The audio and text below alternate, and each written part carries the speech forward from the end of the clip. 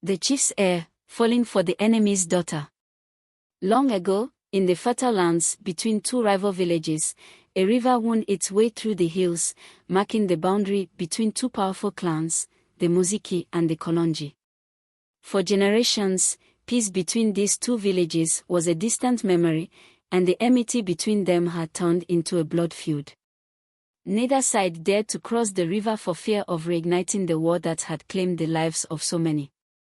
In the heart of the Muziki village stood the chief's compound, where Chief Bandali, a wise but hardened leader, prepared his eldest son, Keto, to take his place one day. Keto was admired for his bravery, strength, and loyalty to the traditions of his people. He was destined to be a great leader, one who would defend the Muziki and ensure the Kolonji never triumphed.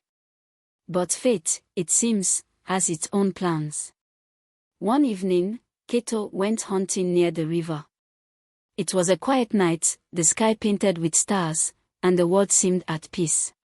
As he knelt by the water to drink, he heard a soft sound, a gentle hum carried on the breeze. Following the melody, he came across a young woman on the opposite bank. She was collecting herbs, her movements graceful, and her voice soft as she sang an ancient tune that Keto's own mother used to sing when he was a child. Curious but cautious, Keto called out to her. The woman froze, startled by the stranger's voice, but when she turned to see him, their eyes locked. Her name was Amoni, and Keto quickly realized she was no ordinary villager. She was the daughter of Chief Obesai, the ruler of the Kolonji, his people's sworn enemy. The two should have parted ways then, perhaps never to speak again. But something stirred in Keto's heart, and in that moment, they began a secret connection, meeting by the river in the evenings, hidden from the eyes of their feuding clans. As the days passed, Keto and Amoni fell deeply in love. They shared stories of their people, their dreams, and hopes for a future free from the hatred that divided their villages. Amoni, a skilled healer and a gentle soul, spoke of unity and peace. Keto, who had been raised in the shadow of war, found himself questioning everything he had been taught.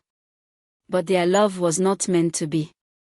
One night, as Keto and Amoni met under the moonlit sky, they were discovered by a group of Kolonji warriors.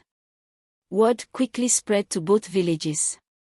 The Muziki were furious that their future chief had betrayed them by falling in love with the daughter of their enemy, while the Kolonji saw Amoni's love for Keto as a sign of weakness and dishonor to her father's legacy. Chief Bandali was heartbroken by his son's actions, and Chief Obesai, enraged, declared that Amoni would be forced to marry another Kolonji warrior to restore honor to her family. War between the two villages seemed inevitable once more. But Keto could not let go of Amoni. On the eve of her arranged marriage, he devised a daring plan. He would take Amoni far away, across the Great Plains, beyond the reach of both clans. They would live together, free from the bonds of tradition, and start a new life. As the sun set that fateful night, Keto and Amoni fled their villages, with nothing but the clothes on their backs and the strength of their love. The clans, realizing their betrayal, sent their fastest warriors in pursuit.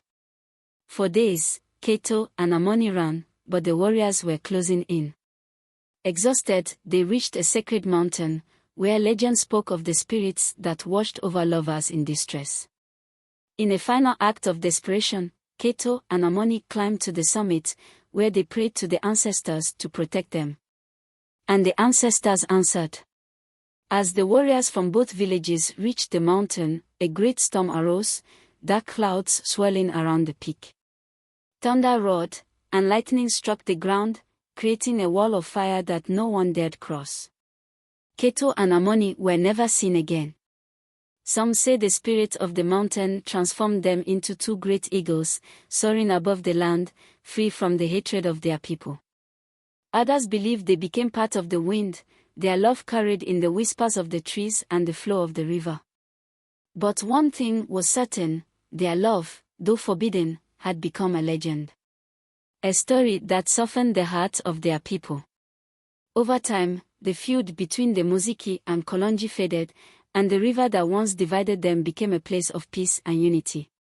In memory of Keto and Amoni, the two clans came together to build a bridge over the river, symbolizing the love that had brought them back together.